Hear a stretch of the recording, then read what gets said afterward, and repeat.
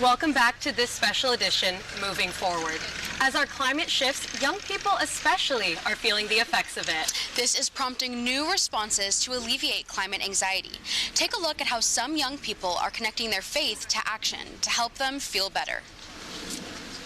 Finding hope on a sinking ship. Fear is a natural response to what's going on in our world. As climate change challenges increase, worry, especially for young people, is on the rise. Huge amount of smoke.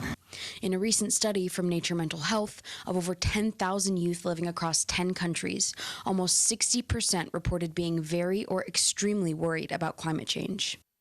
But the antidote to that is taking action and building community.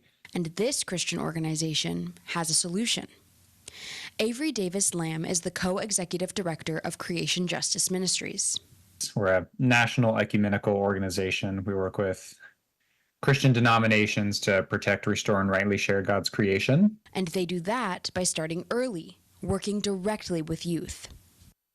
And we run a program called Blue Theology, where we equip students to have a deeper connection to the ocean through service and learning, cultivating faith-based ocean advocates. With 4 locations in Newport Beach and Pacific Grove, California, Texas City, Texas, and Arapahoe, North Carolina.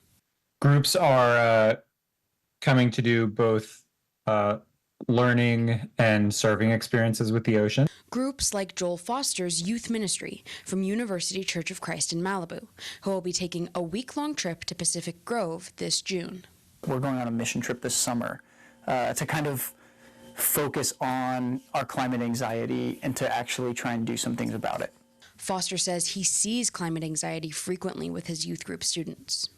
And I think the way that I see climate anxiety coming up is when people don't have an outlet for the way that they're feeling about the climate crisis. And Blue Theology creates that outlet through education, service, and hope that young people can see. We're going to be doing some habitat restoration, things that are relevant to Zuma Beach that my students will be able to come back and recognize. Foster says faith alone can't take away young people's climate anxiety. Right, I think there's a lot of ways to work through our anxiety. I don't think the Christian story fixes it, like snapping the fingers and it's gone. But, he says, for Christian believers, faith in God is an important starting point for moving forward.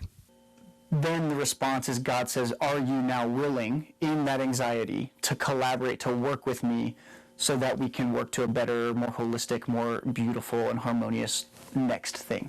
Within Blue Theology, that reliance on faith seems to be working. We find that those are really positive outlets for people to deal with their climate anxiety. And Foster, within his youth group, has seen faith-based service redirecting students' feelings of anxiety into action.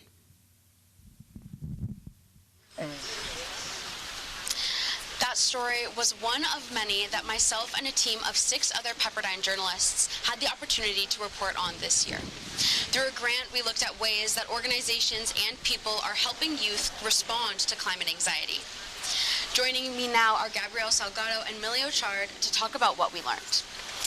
My reporting partner Sam and I looked into faith-based organizations that were helping with climate anxiety. And obviously through that, as you heard in the package, we saw a lot of discussion about advocacy that was faith-based. But Millie, I know that you looked specifically at advocacy on a broader scale. Could you talk a little bit about how youth are using advocacy to combat their climate anxiety? Sure, yeah. Abby, Will, and I worked on a story about advocacy and how youth use that to combat their climate anxiety. One of the main things I heard was when people are fighting for climate justice, they feel like they're making a difference. And that is what relieves the anxiety. They feel like they're participating in climate justice.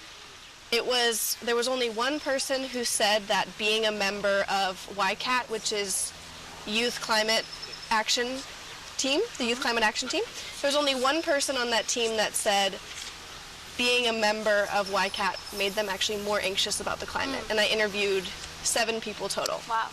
So it was pretty good numbers. Yeah, I think that makes a lot of sense. I think similarly what we found in our faith-based reporting is that that advocacy is like a channel that they can put their anxiety into, and it does make them feel better, and it does kind of take care of those like symptoms of anxiety that they're feeling. And Gabrielle, for you, I know you looked at things like breathing exercises, and maybe, some of the youth that are struggling with climate anxiety don't have the resources to contact a faith-based organization or don't know where to get started with advocacy. So can you tell us a little bit about what you learned regarding breathing techniques and other kind of therapeutic methods? Yeah, so just a preface, for our audience, we are doing solutions journalism, which kind of flips what people believe journalism is. So we don't report on the problem, we report on people that are looking for solutions. And so Joe and I, we reported on the clinical aspect of climate anxiety and how they're working on relieving climate anxiety in youth. And so we talked to different therapists and climate mental health organizations. And they really said that giving youth a space to talk, whether it's with parents, with peers, with the therapist, that can really help ease their anxiety, as well as traditional anxiety relief measures such as breathing exercises. So intentional breathing, deep breaths in and out can help really relieve that anxiety. Yeah. And I think it's great that your guys' reporting kind of covered the more physical aspect that comes along with anxiety, as opposed to like the long-term kind of effects of it that Millie's team and my team were looking at. So it's really great. It was really great to hear from both of you.